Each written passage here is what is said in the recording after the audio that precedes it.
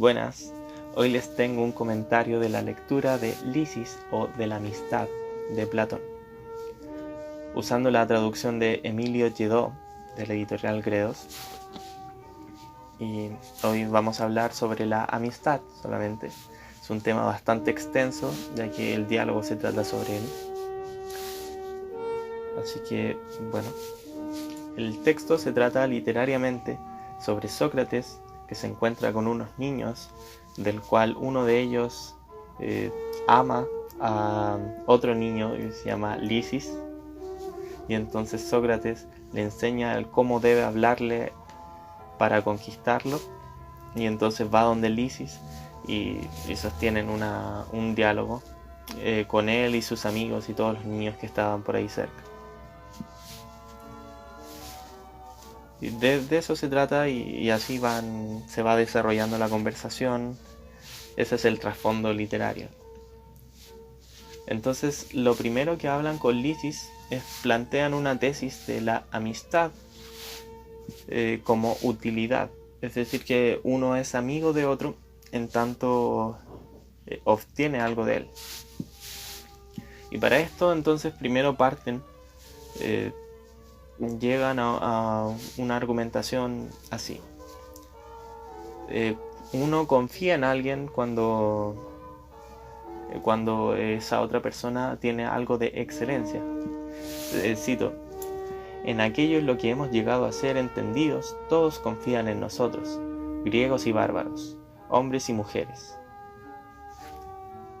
Entonces plantea una especie de relación aristocrática entre los entendidos y los ignorantes, al que los ignorantes aspiran y obtienen cosas de los que son buenos, de los que son los mejores. Y claro, esto a nivel personal y no político, así que quizás aristocracia estaría un poco mal usado el término, pero de todas maneras se entiende. Entonces la idea es que uno es amigo de quien es entendido. Y podríamos entonces hacer una especie de análisis y decir, bueno, ¿qué es la amistad? Porque la amistad no es la utilidad, sino que más bien es un tipo de relación que se caracteriza por la utilidad, de acuerdo con esta tesis, pero utilidad en un sentido amplio. No se trata de que uno sea amigo porque le conviene la riqueza del otro, que también puede ser, pero debemos entender utilidad en un sentido amplio, como digo. Por ejemplo, es útil tener amigos para poder conversar con ellos, y eso no es algo material. Pero en todo caso nos deja ver que lo útil responde a la necesidad del otro. Para que algo sea útil, entonces debe haber una necesidad previa que el otro tenga. Y entonces un mejor amigo es quien mejor conoce y soluciona mejor las necesidades del otro, puesto que si le ofrece cosas que no son de su necesidad o que son incompletas, entonces va a ser un peor amigo que uno que sí lo conoce y sí se ocupa de ello. De ahí que podamos decir que un amigo conoce a su otro amigo, o sea, a de quien es amigo, y eso es algo que sí nos hace mucho sentido, al menos a mí me lo hace. Y de forma general podríamos decir que A es amigo en tanto suple las necesidades de B. Pero podríamos preguntarnos entonces, ¿es el amigo un sirviente? ¿Qué gana el otro con la amistad? ¿Qué gana a cambio de ser amigo de B? Bueno, la discusión en el texto termina en este momento con que Lisis tiene que ser excelente y para eso debe formarse, llegar a ser sabio, y entonces solo ahí todos querrán ser amigos de él. Pero luego llega otro amigo suyo y Sócrates habla con él. Y entonces se plantea el resto de la discusión, tanto con Lisis como con el otro amigo. Se plantea que la amistad es una relación bidireccional, es decir, que si A es amigo de B, entonces B es amigo de A. Y en relación a lo que estábamos hablando antes, podríamos decir que entonces los dos amigos son amos y esclavos el uno del otro, pero en tanto que sostienen una relación voluntaria y contingente, es decir, que pueden terminar cuando quieran su amistad, es más bien una especie de intercambio de servicios amistosos. En eso consiste la amistad, en una especie de comercio de servicios. Y nos podríamos preguntar sobre esto, ¿es una especie de comercio de suma cero? Porque podríamos tener tres posibilidades. Una es que ese intercambio que ocurre entre los amigos elimine parte del esfuerzo inicial. Por poner un ejemplo, dos amigos que se dan un regalo el uno al otro, pero no dan exactamente el regalo que el otro hubiera querido, y sin embargo gastan el mismo dinero que pudieron gastar en algo que sí quería. Y entonces ambos gastaron más de lo que complacieron al otro. Pero también puede ser algo de suma cero, un intercambio, en tanto que uno hace algo que el otro no podía hacer por sí mismo, pero ese otro también hace algo que el primero no podía hacer por sí mismo. Algo así como una suerte de especialización, y como se entiende normalmente en la economía, que no se crean servicios, sino que se intercambian eficazmente. Y luego tenemos una especie de creación, o sea, otra posibilidad, que las relaciones de amistades creen satisfacción, suplan más las necesidades que el no hacer nada. Y esto se parece un poco a la teoría de los sentimientos morales de Adam Smith, en esto de la simpatía mutua, que cuando dos personas simpatizan la una con la otra, ambas ganan placer por el simple hecho de estar simpatizando.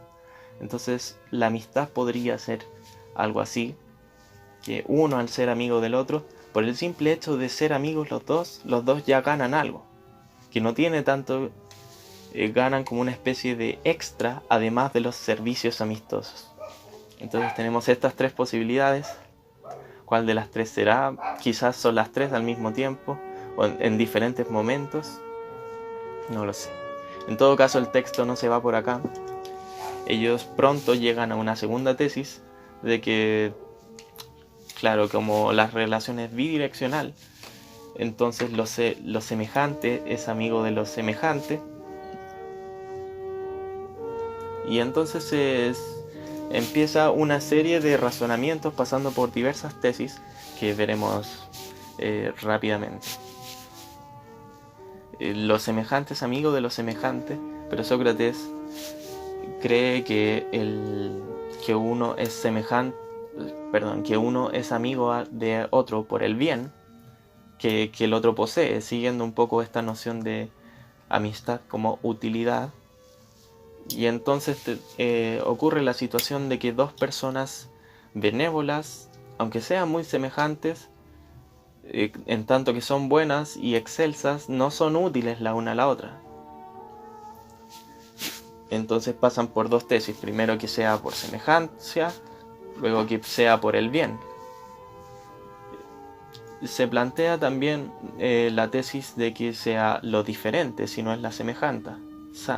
O sea que uno es amigo de lo que es diferente así, y de esta manera hay una especie de especialización. Pero en todo caso se busca obtener algo bueno.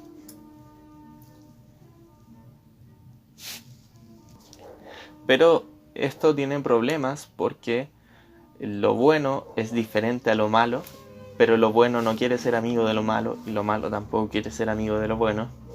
Y entonces llegan a una quinta tesis, y aquí esta es como la más refinada, es que ni lo bueno ni lo malo, o sea, alguien que no es completamente excelso, pero tampoco es completamente maligno, es amigo de lo que es bueno. Entonces nos podemos preguntar ¿por qué? Y a esto responde Sócrates: por la presencia de lo malo. Es decir, que lo que no es ni bueno ni malo es amigo de lo bueno para evitar ser influenciado por lo malo.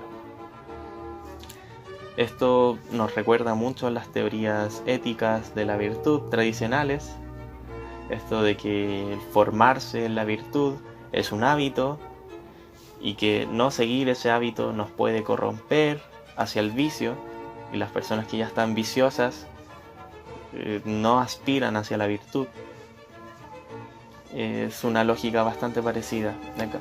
Pero la idea es que hay una especie de 3 estamentos, los que son buenos, los que no son ni buenos ni malos y los que son malos, y el estamento del medio, los que no son ni buenos ni malos, quieren entonces ser amigos de los buenos. Y podemos notar acá que hay una armonía con la primera tesis, es decir, con la amistad como utilidad. Pero lentamente se ha abandonado las pretensiones de que la amistad sea bidireccional. Y precisamente por lo mismo podríamos preguntarnos, ¿qué obtiene el bueno por la amistad? Una de las posibilidades es que sea como el sol o Zaratustra del Nietzsche de Así habló Zaratustra, donde el sol o el protagonista del texto no puede evitar regalar su virtud hacia el resto, y entonces los buenos entonces irradian bondad y no pueden evitar compartir su bondad con el resto. Ok, y entonces aquí hay una especie de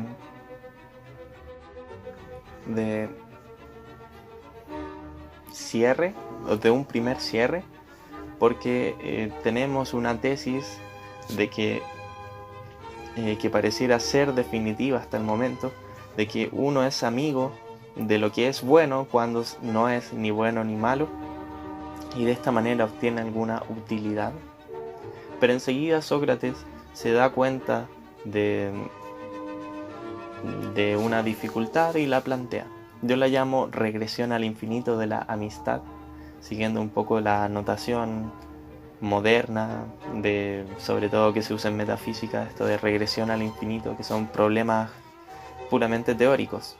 Y es que lo primero es que uno es amigo de alguien por una causa o un fin. Entonces, claro, si uno obtiene algo con la amistad, uno quiere al amigo, pero también quiere obtener aquello que quiere obtener. Y entonces aquello que es querido tiene una causa que también se quiere. Por ejemplo, la medicina, uno quiere la medicina, pero quiere la medicina porque quiere la salud. Entonces, en ese sentido, la medicina es un medio para la salud. Pero uno quiere la salud porque es un medio para otra cosa, por ejemplo, para la vida plena. Y así tenemos una especie de cadena, una cadena de lo querido. Siempre yo quiero algo por otra cosa, pero esa otra cosa también la quiero por otra cosa, y esa es la especie de cadena, y es por eso que se llama regresión al infinito. Entonces la pregunta es, ¿cuál es el primer principio? Ese primer principio debería ser algo que es querido por sí mismo y por nada más. Y se plantean dos cosas. Lo primero que propone Sócrates es el bien, que el bien es el primer principio. El bien es querido por sí mismo y a partir de ahí todo el resto es querido en última instancia porque lleva hacia el bien. Pero resulta que el bien es inútil sin el mal. Entonces, si no hubiera mal, yo no querría el bien. Y entonces tengo una vuelta a la tesis 5, de que uno es amigo de lo bueno para evitar el mal, o para evitar influenciarse con el mal, más bien. Entonces el bien no satisface esta condición de primer principio. La segunda propuesta son lo que deseamos. El primer principio es lo que deseamos, porque si eliminamos el bien, aún así tenemos deseos. Y nosotros queremos aquello que deseamos. Esta es una especie de tesis 6, que la amistad es una relación que se caracteriza por el deseo. Pero el deseo siempre supone una privación. Si yo deseo algo es porque no lo tengo. Se quiere entonces también no solo el deseo como relación, sino a lo que me hace falta. Y luego Sócrates enseguida concluye algo que no termino de entenderlo, así que por eso lo diré textualmente. Dice: luego, el amor, la amistad, el deseo apuntan, al parecer, a lo más propio y próximo. No entiendo esto porque no veo el cómo del querer los deseos se lleva a que nosotros queremos lo más propio y próximo. Se me ocurre una especie de ejemplo, tal que si yo tengo una guitarra y me la quitan, entonces yo deseo la guitarra porque fui privado de la guitarra, y en ese sentido fui privado de algo que era mío, algo que era propio. En ese sentido puedo entender el propio, aunque no el próximo, pero sin embargo me parece un poco inadecuado porque en el caso de querer a las personas, supondría que las personas me pertenecían previamente, y eso se ve mucho menos intuitivamente. Pero en todo caso, Sócrates saca de esta argumentación que hay una especie de connaturalidad entre lo que uno quiere y lo que no se quiere. Hay una especie de connaturalidad entre lo querido, porque se relaciona con lo más próximo a uno. Pero la connaturalidad no es lo mismo que semejanza. Entonces la argumentación dice, bueno, digamos que no es lo mismo, porque si fuera lo mismo ya refutamos la semejanza. Pero la argumentación vuelve a la tesis de semejanza, o sea, al desarrollo argumentativo de tal, y entonces se cae en una especie de bucle. Y finalmente entonces no logran resolver esa regresión al infinito.